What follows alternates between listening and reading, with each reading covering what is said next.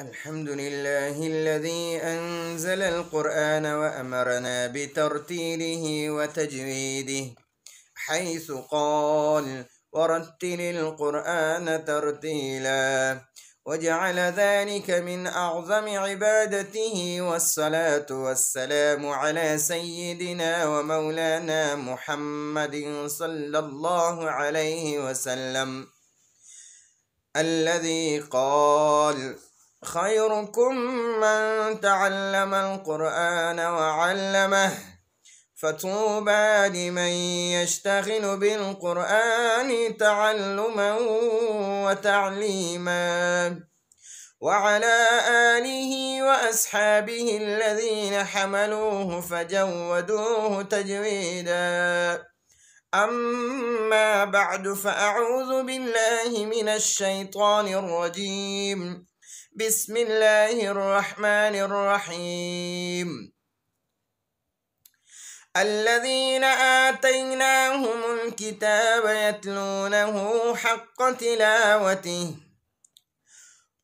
وقال الله سبحانه وتعالى: ولقد يسرنا القرآن للذكر فهل من مدكر.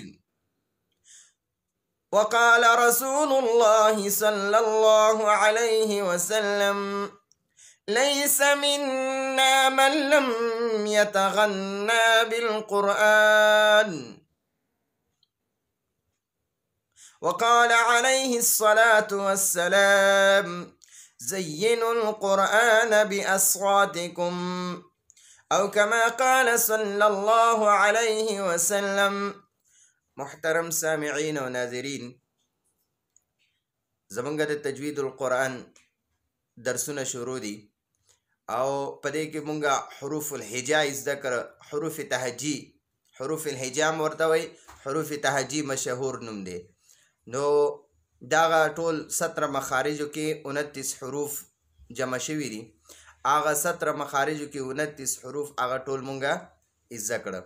ان شاء الله العزیز نن به ان شاء الله مونږ مخکې سبق ورپسې وایو، خو یو درخواست تاسو ټولو ته کوم. اظهار القرآن یوه قاعده ده د قرآن پاک دپاره، د قرآن پاک د زده کړې دپاره بهترینه قاعده ده. حضرت مولانا عبدالغفور صاحب، حضرت مولانا قاری عبدالغفور صاحب رحمه الله لیکلې ده، او د اشرف علي تانوي رحمت الله علیه د څو کتابونو دغه ورسه ورکړي، حوالې ورسه ورکړي. خو بهترینه قاعده ده، تاسو دغه قاعده ووایئ. انشاءالله په دې کې تقریبا چې 100 تختې پکې دي، 28 تختیانې دي. په دې کې په دې قاعده کې 28 تختیانې دي. خو انشاءالله العزیز که تاسو ما سره په صحیح طریقې سره په دې کې 19 تختیانې ولیکلې یا وویلې، 19 تختې دي پکې. که دا 19 تختې تاسو وویلې نو انشاءالله بیا به ماته دعا کوئ. قرآن پاک به بیا تاسو بالکل پروانه وایي، هغه ټکو والا به هم نه وایي، یعنې دونه به ماهر شئ پکې چې انشاءالله قرآن پاک به بیا تاسو پروانه باندې وایي. تلاوت به ښه ښکلی کوئ، او بیا په دې کې مخکې د 19 تختۍ نه پس بیا قواعد د تجوید شروع کیږي، نو هغه قواعد به انشاءالله بیا مخکې وایو. زه تاسو ته یو نظر دا قاعده ښیم، دې ته وګورئ. دا قاعده خپلو ماشومانو له راوړئ. اظهار القرآن په نوم باندې ده. دا قاعده د اظهار القرآن په نوم باندې ده، او قاعده ډیره بهترین قاعده لیکل شوې ده. مکمل د تجوید نچوڼ دی پکې، او ډیر لوی خیر او فایده به درته رسي. دې ته وګورئ شاباس. دا قاعده ده، او په دې کې مونږه تختی نمبر 1 وویله. تختی نمبر 1 کې ټول حروف تهجی دي، 29 حروف تهجی دي. نن به انشاءالله العزیز مونږه تختی نمبر 2 وایو. په دې تختی نمبر 2 کې دا چې کوم 29 حروف تهجی دي که نه، ما تاسو ته د هغې مخارج ویلي، خو د هغې حروف تهجی په ترتیب مې درته ویلي. نن به انشاءالله د مخارجو په ترتیب باندې وایو، چې کوم ترتیب ولا ائمه کرامو ورکړی دی، چې کوم امام خلیل رحمه الله، امام حفص رحمه الله، امام سبوی رحمت الله رحمه الله، دا چې کوم د تجوید لوی لوی ائمه تیر شوي، لوی لوی قرا تیر شوي دي په خپله زمانه کې، نو هغې ورله دا د مخارجو چې کوم ترتیب ورکړی دی، نو هغه ترتیب به انشاءالله نن په همدغه حروف تهجی دي خو د هغه مخارجو په ترتیب سره به وایو. اول هم مخارج وي خو د حروف تهجی په ترتیب باندې مو وي. نن به انشاءالله همدغه مخارج وایو خو د مخارجو په ترتیب باندې به وایو، د حروف تهجی په ترتیب به نه وایو. ها نو چې د اول مخرج نه ساده کیږي 1 نمبر مخرج کم دي، 2 نمبر 3 نمبر 4 نمبر 5 نمبر 17 مخارج دي، په هغه ترتیب باندې ان شاء الله العزیز نن دا سبق وایو. نو دې قاعدې ته به ان شاء الله اوس په آینده د قاعدې نه لیکو، د قاعدې نه به وایو. دې قاعدې ته تاسو ګورئ شاوس دا قاعده ده تختی نمبر 2 دلته ورته وګورئ تختی نمبر 2 او سبق نمبر 1. دې تختې کې 2 سبقونه دي، 3 سبقونه پکې دي، خو دا تختی نمبر 2 ده، سبق نمبر 1 ته پکې. نو د حروف هجا یعنی د حروف تهجی په ترتیب سره مخارج، دا د حروف تهجی په ترتیب سره مخکې د حروف تهجی په ترتیب سره مخارج ویلو، اوس په د مخارج په ترتیب سره وایو ان شاء الله. نو دې قاعدې نه به ان شاء الله نن مونږ وایو او دې ته تاسو خیال کوئ. زه تاسو ته بورډ رانیږدې کوم. نو دا قاعده به ان شاء الله نن مونږ د حروف هجا دا عمدقه حروف تهجی دي خو په ترتیب مخارج د ترتیب د مخارجو په ترتیب باندې به ان شاء الله نن مونږ دا وایو. ها نو دې ته لږ غور کوئ، زه تاسو ته دا لږ زوم کوم. دا سبق ان شاء الله تاسو یو ځل ووایئ نو بیا به دې خوا اوس ګورئ شاوس دا تختی نمبر 2 سبق نمبر 1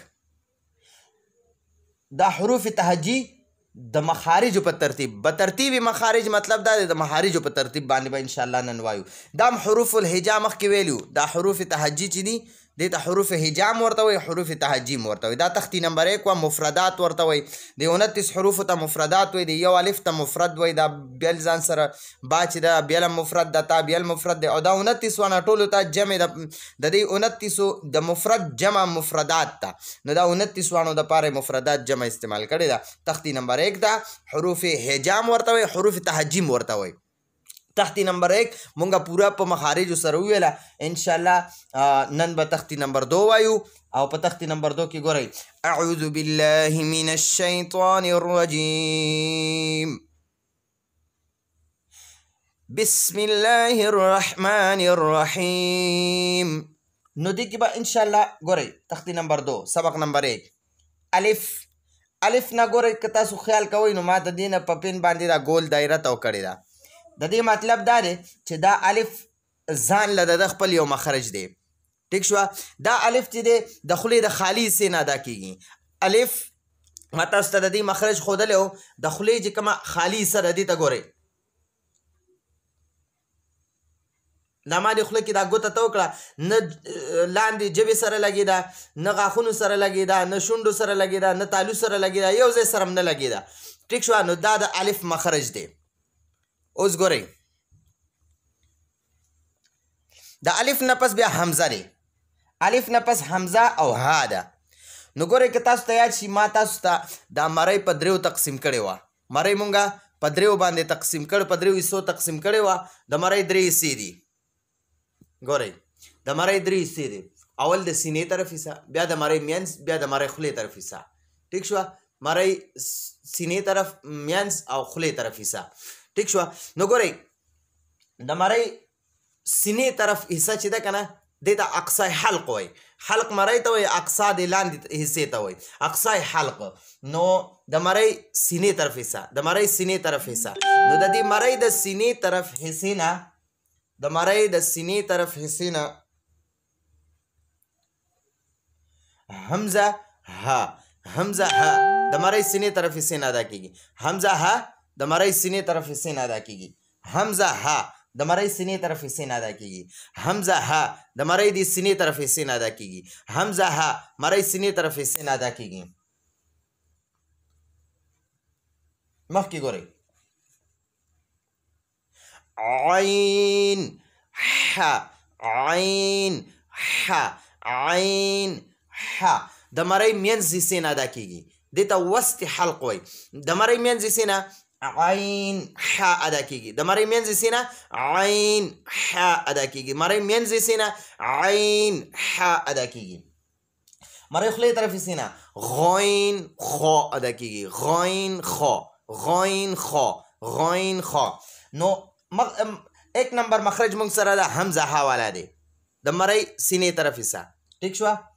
2 نمبر مخرج دا د مخرج په ترتیب باندې دا نن سبقونه ورکړي دي. عمدقه حروف تهجدي خو دلته د مخرج په ترتیب ورکړي دي چې 1 نمبر مخرج موږ سره د مرۍ سینې طرف سره، 2 نمبر مخرج موږ سره عین ح دی او 3 نمبر مخرج غین خا دی. نو دې شپږو حروف ته دا چې کوم د مرۍ نه ادا کیږي حمزه ها عین ح غین خا، حمزه ها عین ح غین خا. دیتا حروف حلقی وی. ٹھیک شو. حلق مرئی تا وی او حلقی مطلب د مرئی والا حروف حلقی مرئی والا حروف حلقی حمزه ها عین ح غین خا.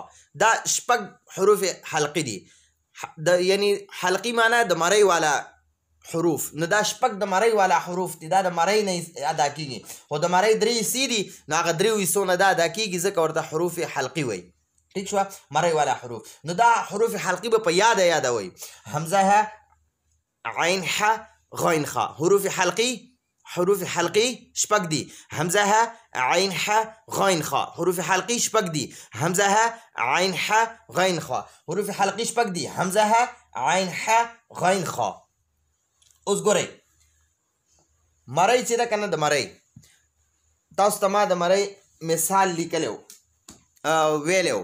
ګوره مثلا دا زما دا لاس چې دی دا مرۍ وګڼئ. د مرۍ 3 حصې دي. یو د مرۍ سر دا زما دا لاس دا ژبه وګڼئ. د ژبې یو سر دی. ټیک شوه. 5 حصې دي د ژبې. اوله حصه چې دی دا سر دی. د ژبې یو سر دی، دا سر دی، دا چې کوم درته ما وښودو دا د ژبې سر دی. د ژبې د سر سره دا خوا کې چې دي که نه دې ته کناره وایي. یو طرف ته بل طرف ته دا دویمه حصه شوه. د ژبې 3مه حصه یو طرف او بل طرف دا ډډې شوې. د ژبې 4مه حصه دا منځ سره او د ژبې 5مه حصه دا جړلی ده. د ژبې آخري حصې ته د ژبې جړله وایي. ټیک شوه. نو ګورئ دې قاعدې کې دې ته ګورئ شاباس. دا قاف چې دی که نه دا د ژبې د جړلې نه ادا کېږي خو د ژبې د جړله کې د کوم ځای نه ادا کېږي نو هغې ته اوس غوږ کېدوي. د ژبې جړله او که تاسو خیال کړئ په دې مرۍ کې دا تالو کې هغه داسې پسته غونته غوښه راځوړندی.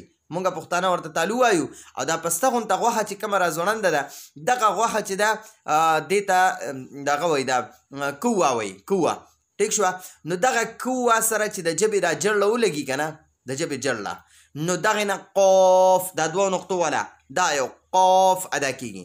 دغه چې کوم د ژبې جړله ده او د غوښې ټوکړه کومه راځوړنده ده مونږ پښتانه ورته تالو وایو لیکن تالو صرف دغه یو ته نه وایي.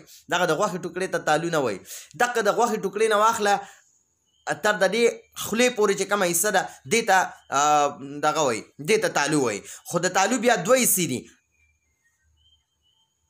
دلته تاسو لاس ووهئ دا ګوته داسې ووهئ دا د تالو سخته حصه ده او چې کوم هغه دننه هغه غوښه غونته ده دغه نرمه حصه ده. نو د ژبې جړله او د تالو نرمه حصه چې ولګي یو بل سره هغې نه قاف ادا کېږي. قاف سخت یعنی ډک ویلی کېږي. ښه. د ژبې جړله او د تالو نرمه حصه چې یو ځای شي هغې نه قاف ادا کېږي. د ژبې جړله او د تالو نرمه حصه چې یو ځای شي هغې نه قاف ادا کېږي. اوس ګورئ د ژبې جړله او د تالو نرمه حصه هغې نه قاف ادا کېږي. همدغه د ژبې جړله او د تالو د خولې طرف ته چې کومه سخته حصه ده دغې سره چې د ژبې جړله ولګي هغې نه کاف ادا کېږي. دا کاف چې دی بغیر 2 نقطو والا دا کاف دې ته وګورئ. دا کاف د ژبې جړله چې د تالو سختې حصې سره ولګي هغې نه کاف ادا کېږي. اوس وګورئ جیم شین یا دا 3 واڼه یو ځای ورکړي دي. نو د ژبې دا منځ دا چې بره تالو سره ولګي هغې نه جیم شین یا ادا کېږي. د ژبې منځ چې بره تالو سره ولګي دا 3 حروف ته ادا کېږي جیم شین یا.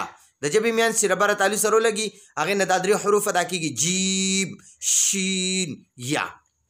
اوس ګورئ ضاد ضاد اوس ته کوم ځای نه ادا کېږي نو ما تاسو ته ګوره ژبه مې درته 3 حصې کړه 5 حصې کړه یو پکې دا ډډه ده د ژبې دا دې ته کروټ وایي اردو کې ورته کروټ وایي نو او په عربۍ کې د تجوید په اصطلاح کې ورته حافظ لسان وایي نو په پښتو کې به آسان انداز کې وایو دا د ژبې ډډه ده د ژبې ډډه چې د جامې غاښونو سره د جامې کوم اخري غاښونه دي هغې سره ولګي هغې نه ضاد ادا کېږي ضاد بعض خلک ضاد وایي خو غلطه ده دا ټیک شوه نو دا به وایي ضاد ښه مخکې اوس ګورئ د ضاد د مخرج نه پس لام نون را ادا کی د دې مخرج دی نو ګورئ د ژبې دا کناره چې ده د ژبې د سر سره چې نږدې دا کومه کناره ده دا چې د برني څلورو غاښونو سره 1 2 3 4 د څلورو غاښونو سره د دې څلورو غاښونو ورو سره چې ما تاسو ته په هغه حروف هجا کې حروف تهجي کې مې درته د دې غاښونو نومونه هم ویلي خو نن به درته بیا خیر دی یو ځل ووایم خو دا به بیا ډېره مشکله شي ماشومان چې کوم بیا دا قاعده وایي نو هغې دپاره به لږ بیا مشکله وي نه د برني غاښونو د صنایع علیا وایي هغې کې د صنایع علیا نه به دا یو غاښ واخلو ټیک شو ښي طرف ته بیا به ورپسې غاښ ته رباعي وایي ورپسې غاښ ته انیاب وایي او ورپسې غاښ ته ضاحک وایي ټیک شو څوک ورته زواحک وایي جمع زواحک ته او یو غاښ ته ضاحک وایي ټیک شوه نو دې څلورو غاښونو ورو سره چې د ژبې دا کناره ولګي هغې نه لام ادا کېږي د برني څلورو غاښونو ورو سره چې د ژبې کناره ولګي هغې نه دا لام ادا کېږي لام د ژبې کناره چې د څلورو غاښونو ورو سره ولګي لام ادا کېږي د ژبې کناره چې د دریو غاښونو ورو سره ولګي نون ادا کېږي نون او د ژبې کناره چې د دوو غاښونو سره ولګي یو دا غاښ صنایع علیا نه یو غاښ او یو رباعي د دې دوو غاښونو ورو سره ولګي هغې نه ذا ادا کېږي اوس مخکې ګورئ طو دال تا طو دال تا طو دال تا د ژبې سر چې د دې مخامخ دوه صنایع علیا ورو سره ولګي هغې نه طو خو دا طو به لږه ډکه وایو او دال او طو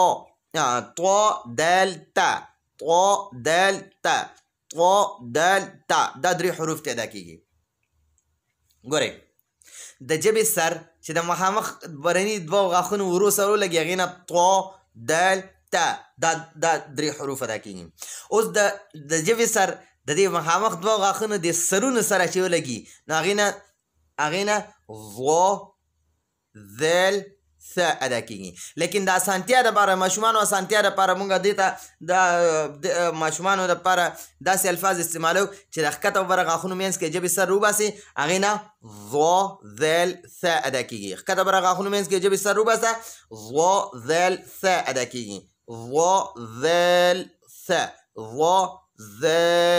ث ټیک شوه او بیا ګورئ ښکته بره غاښونه به کلک کې دي ښکتني غاښونو شا طرف ته به د ژبې سر ولګې هغې نه صاد ز سین ادا کېږي ښکته بره غاښونه به کلک کې او د دې لاندیني غاښونو شا طرف ته به د ژبې سر ولګې هغې نه صاد ز سین ادا کېږي اوس وګورئ دا چې کوم شاتني درې حروف دي ضو ذل ث دې ته نرم حروف وایي ضو ذل ث نرم حروف ضو ذل ث نرم حروف ضو ذل ث او چې دا کوم صاد ز سین دي دې ته سیټي والا حروف وایي شپیلي والا حروف ورته وایي شپیلي والا حروف ورته ځکه وایي چې دې کې لږ د شپیلي غونته کې اواز پیدا کېږي او مخکې ګورئ اوس دا فا چې ده که نه دا برني غاښونه چې دي که نه برني غاښونه د دې دا سرونه به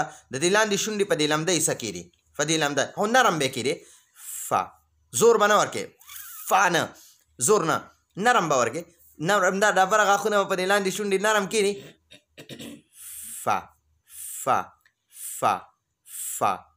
بره غاښونه د بره غاښونو سرونه په دې لاندې شونډې لمده حصه کې ده فا ته ادا کېږي ټیک شوه بیا واو با میم واو با میم. دا درې وړه حروف د شونډو نه ادا کیږي. نو اول واو چې دی د شونډو ګولایي نه ادا کیږي.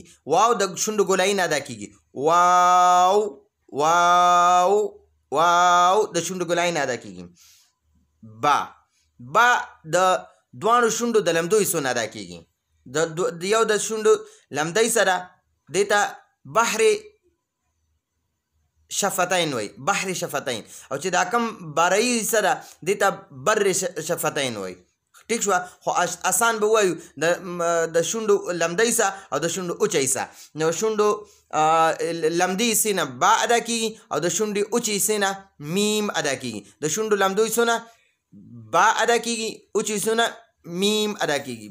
با میم با میم با میم. د شونډو لمدو حصو نه با ادا کیږي، اوچې حصو نه میم ادا کیږي. نو دا زموږ د نننۍ ورځې سبق و. تختې نمبر 2 سبق نمبر 1. په دې تختې کې 3 سبقونه دي. تختې نمبر 2 کې سبق نمبر 1 دا دی، 2 دا دی، 3 دا دی. ټیک شوه. نن هم دا 1 وویل، انشاءالله بیا به آینده دا 2 او 3 ووایو. هذا هو المرام والله أعلم بحقيقة الكلام. سبحان ربك رب العزة عما يصفون وسلام على المرسلين والحمد لله رب العالمين.